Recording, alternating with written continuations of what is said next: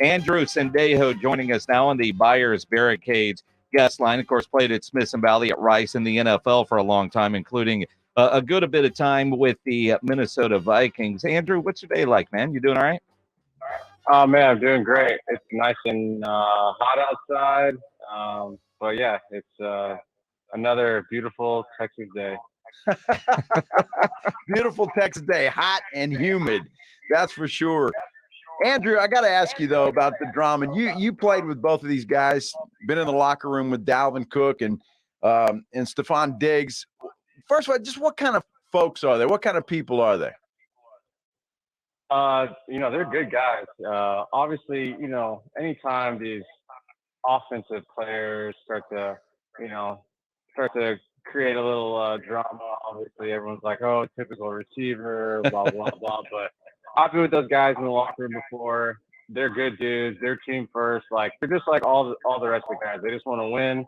They want to be on a team that values them, puts them in the right place to make plays, and allows them to be the player that they can be within the scheme. So I feel like I have no idea what's going on with Diggs or whatever, but I would say from me personally, my last year I didn't go to spring ball. I didn't even go through training camp. I showed up week 1 and had about 2 weeks of practice, and I was fine. So after a certain year, you don't really need to go to mini camp. It's kind of a waste. Well, I mean that's also called a vet move, right? But Yes. but when you think about the comments that we're hearing out of Buffalo in relation to Diggs, when Josh Allen said it's not football related, and the coach is like, we were talking about we needed to get away. It's not contract because he just signed a new contract last year. What kind of take us inside an NFL locker room? The stuff that none of us really know about when it comes to all the egos in the room. I would say that that's probably a misconception that there's a lot of egos. I've played on a lot of teams with a lot of, big name players, and even those guys were down to earth, just like normal guys when you're in the locker room, right? Maybe inside their head, maybe inflated, but um, I would say like in the off season, this time of year is a very relaxed time. Usually, you have no games, there's no pressure. The schedule during the week is easy. You go to practice 3 times a week. You have some lifts, and then you're out by noon usually every day. So it's a very easy time of the year, which is why a lot of vets don't really go because they want to be back home with their family, more time to recover, more time with their trainer and their program because you spend like the 2 months in the off season, then you go to the team. Now you're doing like a whole new training program, and then you start doing football stuff, and so you kind of get away from the weightlifting and the training and stuff, and you start to do more football specific stuff. But a lot of these guys have been doing it their whole life. You need a couple of weeks of doing those fine motor skills, and you're just right back on it. Andrew, you know this better than we do, certainly, but the NFL is a business. What do you make of what's happening with the running back position right now in the NFL? Oh man, it's hard to say. I think a lot of teams are just the game is evolving. A lot of people are just going to copy what the most recent Super Bowl winners have been doing, right? So if it's a offense pass happy type team that goes and wins the whole thing, then a lot of owners want to emulate that, so they bring in staff that emulates that, and they bring in players that do that. And there's not a lot of teams now that have been winning the Super Bowl by ground and pound, running the ball. We know that's solid football, but just from the trends that we've seen, and if all the offenses are doing that, now all the defenses have to keep up, and so it's this cat and mouse game, and it'll eventually kind of evolve to where all these defenses will now be a bunch of cover guys that can't tackle, in the running game, and the teams will start to evolve into running the ball more and just running it down the throat. So it's just it's a cycle. It definitely is. Andrew Sendejo joining us here on the Blitz. Now you talk about stops in the run game. As a safety, you're a hard-hitting safety. You didn't shy away from contact. When you see a defensive back shy away from contact, Trayvon Diggs, do you send that guy a text? Do you give that guy crap? Um, if they're on my team, I will. I would usually say something to him like, "Hey, it's not gonna hurt that bad," or like, that's part. I think that's part of playing defense. You have to stop caring about yourself, and you have to stop caring if you're going to be able to get up after the play. But again, like it's a business, so you don't get a big contract for being a heavy hitter. You get a big contract for getting interceptions. So that's what everyone's modeling their game after. Like, okay, who is the DB that got paid the most? Okay, well, what did he do? He had 6 or 7 interceptions. Okay, well, that's what I need to do to get paid. And so guys start to just copycat that, and they realize that you don't have to be a big hitter. You just have to get the guy on the ground, and you have to get interceptions and turnovers, and that's it. Andrew, you mentioned that, and you just said there's not a lot of big egos in the locker room like that. It just seems like from a fan standpoint, Jason and I, when we talk about this and you hear reports of guys have to be the highest paid this, or this guy got paid that, so I've got to be paid more than that guy. Do you guys talk about salaries a lot in the NFL locker room, or did you? Was that a topic of conversation? Well, we all know each other's salaries, so it was a great way to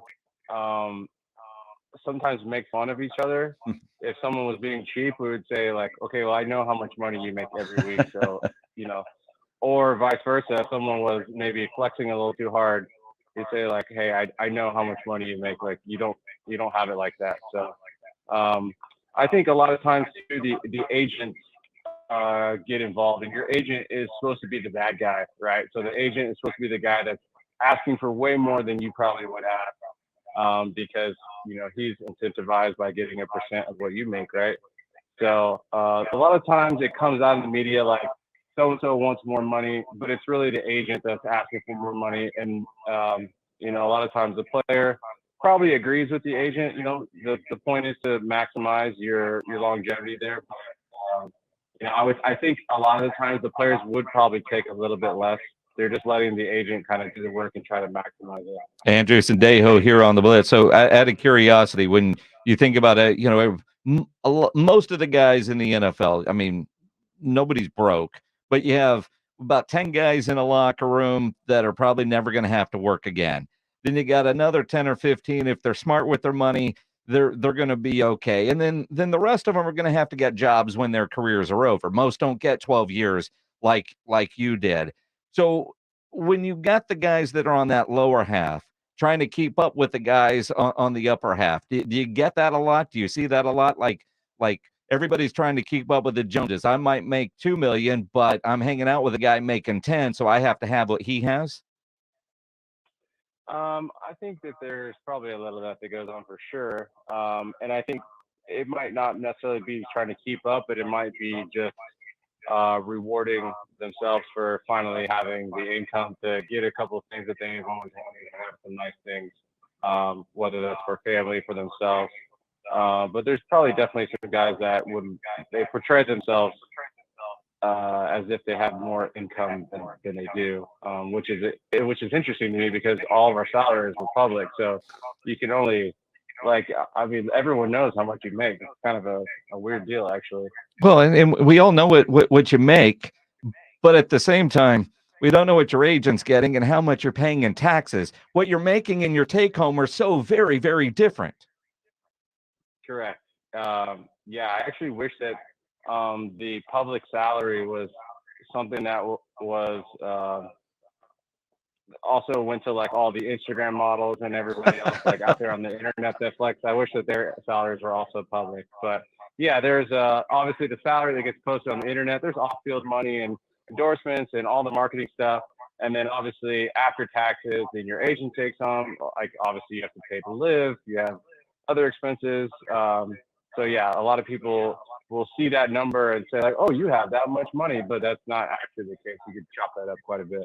Boy, the NFL, and I know you guys know this, it's such a big business. I mean, it's just huge. It's on top of every other professional sport that there is. There's no question. The money just flows. And when I look at salaries and what you were just talking about, do guys think they're treated fairly? And I know there's a union, but do guys think that they're treated fairly when you see a Roger Goodell making whatever $40-50 million a year or whatever the case may be? I would say part of it too is the other sports that like baseball, basketball, and their contracts that they get and the guaranteed uh, salaries and guaranteed contracts and the health care they get. And so I think a lot of it too is just maximizing what you can get from the NFL as a pro athlete, considering we're the most popular professional sport. But relatively speaking, compared to the other athletes, not getting paid as close to them, except for quarterbacks, receivers, a couple of DNs and stuff like that. But I think that's probably why a lot of times guys are trying to get the most that they can out of it is because we don't have the guaranteed contracts like the other sports and trying to um, basically get treated equally like the other sports that get crazy contracts. Well, and you look at, we started the conversation a bit ago talking about, say, a Dalvin Cook, or you look at Zeke, scheduled to make this year X, both of them double figures, in the teens, yet get released and, could be 2 to 5 million when you think you were going to make 10. And that's one of the stories right now with Dalvin Cook is, according to the reports, he was scheduled to make 10 this year, and he still wants to be in that neighborhood, not in the $5 million neighborhood, wherever he ends up. Yeah, we always think we are worth more than what we are as an athlete. You'll look around the film, look around the league, and you'll see a guy making that much, and you'll think naturally, like, I'm better than that guy. I should at least make that, if not more. And if you played well, or you think you're playing well, you think you have a vital role in the team, obviously you're going to that amount. And so that is kind of a tough pill to swallow at times when you price yourself out of your contract. You're making too much on that backloaded deal. They release you, and now you're sitting there like, okay, I'm gonna have to take a major pay cut to just get on a team because it's tough to get that kind of coin in free agency like that. All right, I've got to ask you, Andrew. I'm looking at your background there, and I see BrainTree. What is BrainTree? Man, so once I was finishing up playing ball, I just transitioned into making safe and transparent brain health supplements. My very last play of my career got completely knocked out. It was the last play of my NFL career. And then I just shifted into making these products so that players, family, friends, everyone could have products that help to enhance and preserve your cognitive function. While I was playing, we didn't really have many products like that you could take after a concussion to help with those symptoms that we knew were quality products that were safe, didn't have any banned substances. And so part of it was kind of to help ourselves. We were taking these ingredients all separately. So we just put them all together, and we just kind of address these four facets of brain health. So our focus, memory, neuroprotection for, after getting concussions and whatnot, gut health, probiotics for the gut-brain connection and how gut health helps prevent degenerative brain disease, and then stress and anxiety relief, and then our sleep aid. And so those are kind of areas that if you can handle all those different areas, with these natural extracts, you give your brain kind of the nutrients it needs, and give your brain the best chance to optimize at a high level. And obviously, after years of getting hit in the head, since middle school, I've just been headbutting people. So it's something I take serious now, trying to preserve what I have left and improve it what I can. And just even, seeing my mom and dad get older, trying to help them out and really just give affordable quality products that people can have better access to better brain health. Andrew Sendejo joining us here on the Blitz. And you went to Rice, so you got to be smart to go to Rice. So you and some of your friends from Rice and a neurologist, all kind of Rice connected. And you mentioned you took all the different things the NFL was giving you, but you put it into one. I've been taking your sleep aid. We were talking about this Super Bowl in Phoenix, and I've had issues sleeping for a long time. Your product, I tried it because we're friends, right? So I'll support you. But most sleep aids, I wake up groggy. I feel like crap. I don't with yours. What is different about yours than most other sleep aids out there?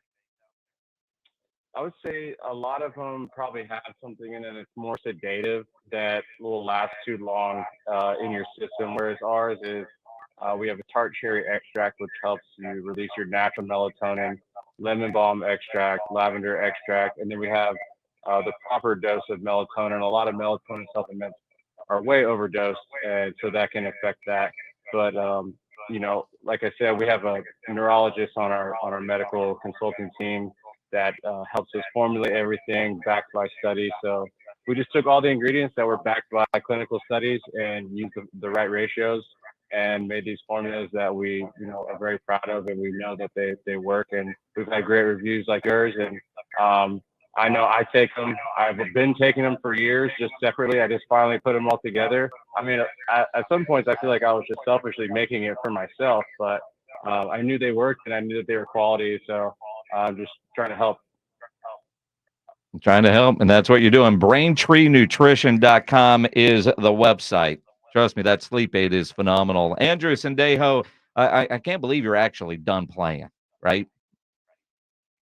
Yeah. Phone rings. Are you phone? Somebody calls you and says, "Show up for camp." No, I've already. I think last season I already filed for all my retirement, disability, all this stuff. So there's no coming back once you do that. I don't think I could. I think I would probably pull my hamstring in the first play. I would get one play in, and I would just go as hard as I could, and I would probably pull multiple muscles, and then I'd be done. So I wouldn't be worth it. It sucks. I look at you. You're still in better shape than most of the people that are listening right now. It's insane. But I still can't believe you're what, 35 now? 35, yeah. They grow up so fast. Dude, I've called his game since he was in high school. I know. I'm not that old. Yeah, you are, actually. Shut up, Joe. Yeah, you are. Andrew, appreciate you, man. Good luck. Thanks, Andrew. Yeah. Thanks, guys. Yeah, Andrew Sendejo. Again, the website, BrainTreeNutrition.com. Andrew, like all guests, joining us on the Buyers Barricades guest line. Buyers Barricades provides traffic control, rental, and sales for San Antonio and beyond. They are online at buyersbarricades.com.